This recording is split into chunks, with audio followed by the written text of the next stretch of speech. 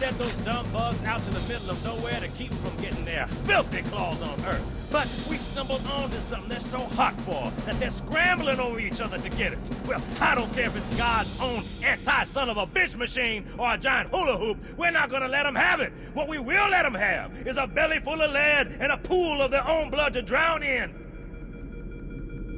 Am I right, Marines? Sir, yes, sir!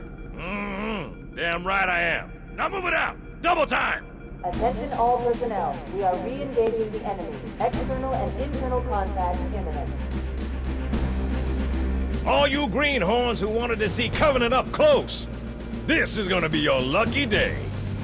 Well, hello there. Welcome back to Halo CE, Combat Evolved, for those of you who don't know. And specifically, welcome to the 3-life throwdown. I know that sounds a little ridiculous, because it is, it's a dumb name, but basically the concept is, I'm gonna have 3 lives, and the way each life works is if I die on a given mission, I will restart that mission as opposed to restarting the entire run. Otherwise, this is just a normal run. Trying to beat the entire game without dying once. So basically, I'm giving myself a little bit of leeway, because I know how my brain works, and it's going to help me beat Mission 3, I think. Because it'll be a little bit more forgiving than what I normally do, since I'm not doing so hot right now. It's been a while since I've played. I have been warming up a lot for the past few days, playing some stuff, beat Mission 1 a few times, haven't beat Mission 2 yet, so we'll see how that goes today. But since I took a break from the game, I've been trying to get back into the swing of things. And I think I'm good enough today where there's a decent chance I could beat Mission 3 if I'm in the right mental space and I can get there. But before I talk any more about this game or how I'm doing this, oh, I should mention, I also wanted to implement a mechanic where if I beat a mission without dying on it at all, then I gain another life. So say I beat Mission 1. No, don't throw. Oh, come on, I can't stop him from throwing that grenade. Or I can, but I messed up. Anyways, say I beat Mission 1 without losing, or I mean without dying, then I get a life instead, if I don't have to use any of my lives. I think that's a good practice concept, the 3-life throwdown, this idea. I think it's honestly a pretty good concept with some adjusting possible that will really do well for my ability to practice. Oh, I never grabbed a plasma pistol. But, no, okay, so now that that's out of the way, I just wanted to finish describing the rules of what I'm playing. Back into the important thing.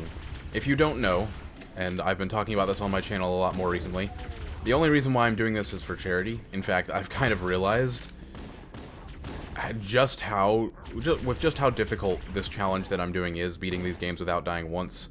All 10 missions of it. And then the other games, I mean, Halo 2, I don't even want to think about right now. The only reason why I'm going to have the patience and persistence to actually do that in a timely manner is because of the fact that I'm doing this for charity.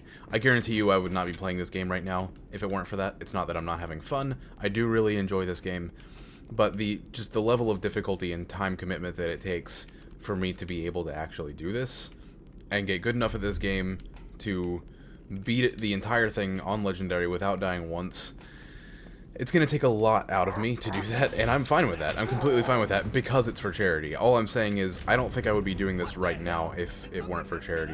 Something I would love to do one day eventually anyway, but like right now there's a lot of other things I would be working on. Not that necessarily that I prefer to, but just that I felt like I would have. I just feel like it would be easier for me to create other kinds of content right now, some of the things like that, instead of doing this. But I want to do this because I am doing it for charity, and there's just, because of that, it just provides an extra bit of motivation is all, I guess. I mean, if I can find a way to,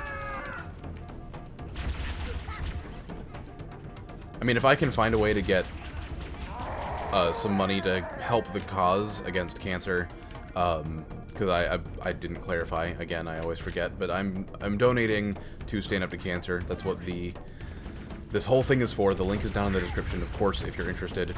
And Stand Up to Cancer is an incredible organization that uses the funding that they get to increase cancer research, which we really need. I mean, there's a lot of cancer treatments out there that are awful to go through. I mean, I would say all of them are, I don't have any personal experience, so I really don't know what I'm talking about in this area, but I'm assuming that all of them are. But what I do know is that most, at least most are. There are some that have had a lot of progress, especially in like certain child cancers areas because of, thanks to places like St. Jude. But there are other areas that need attention as well. There are some really rare cancers. I've mentioned this on my channel before. I have a family member who I know of who, that person actually got a very rare form of cancer, a family member of mine, and the treatment for it was so painful and so excruciating to go through that they actually said that they would rather die than go through it again, that they would never go through it again even if they went into remission and the cancer came back. That is some of the stuff that Stand Up to Cancer is going to help fight against. So when we talk about donating to Stand Up to Cancer, you're helping with stuff like that. You're helping make cancer treatments a lot more sustainable.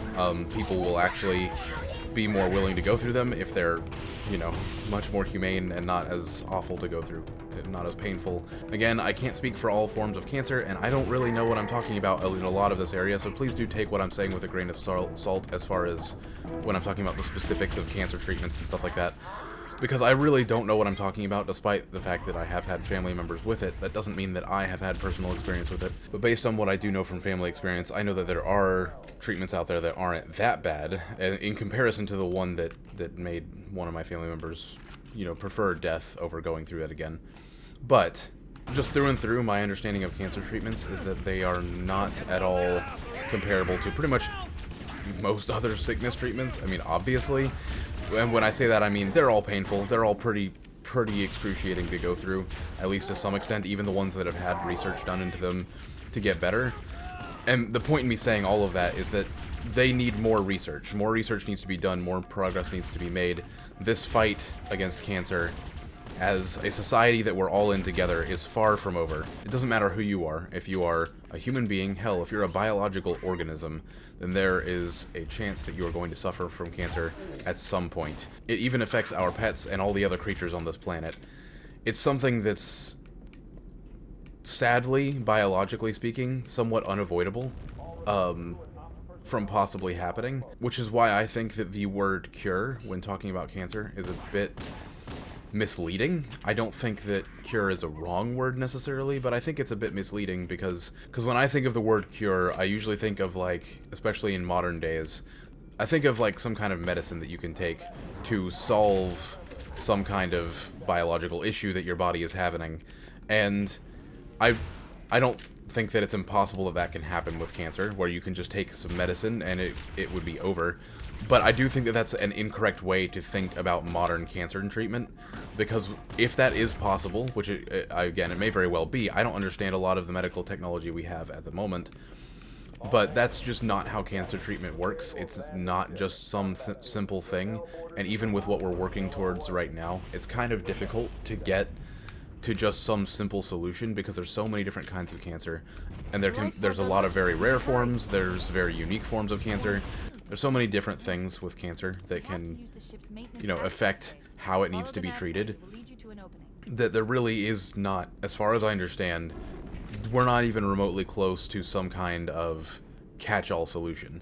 But that doesn't mean that we're not making progress, because, to go back to what I was saying earlier about cancer treatments being painful and stuff like that, what we are able to do is create better cancer treatments with higher success rates, and also ones that are less excruciating to go through. Both of those things are incredibly important to this endeavor, and even if we can never find some catch-all solution, the fact that we're able to improve treatment greatly and make it to where a lot more people are a lot more willing to go through the treatment again if they go through it once. Sorry, I had to focus there for a second. This section's being quite annoying, probably because I'm not focusing at all.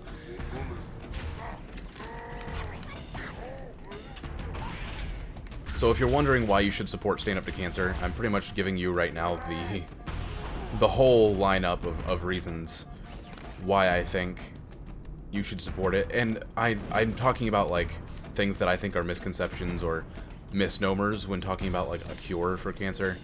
I'm talking about that kind of stuff as if I truly know what I'm talking about. In reality, though, me running this campaign, I mean, I'm no different than any of you. The only difference is I've done some research on Stand Up to Cancer and decided to start a campaign for it, really. That's about the only difference between me and anyone else watching this video as far as this goes, unless, of course, you have personal experience with cancer, in which case you have way more room to talk than I do about any of this stuff. So if you have anything to add to the conversation, you are extremely welcome to do so in the comments, or if you want to be a part of a video, that is something I would really love, because, again, I've never had personal experience with it, and I would love to get some more...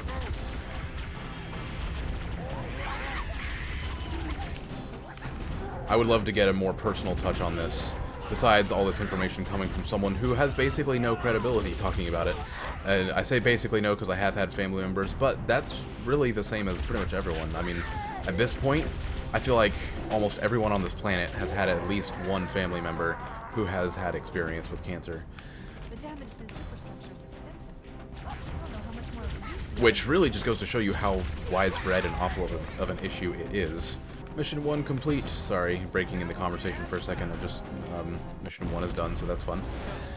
And I didn't die once. Actually, I did actually die once before I started this recording, but I kind of just restarted the recording and decided not to do it because I wanted to redo the recording with less emphasis on the gameplay and more emphasis on me talking about all of this. And I died for a really stupid reason from a grenade throw that I didn't see coming at all, and I kind of just figured I should just restart the recording since I'd only tried once. Just kind of took it as a warm-up match. But anyways, back to the topic at hand.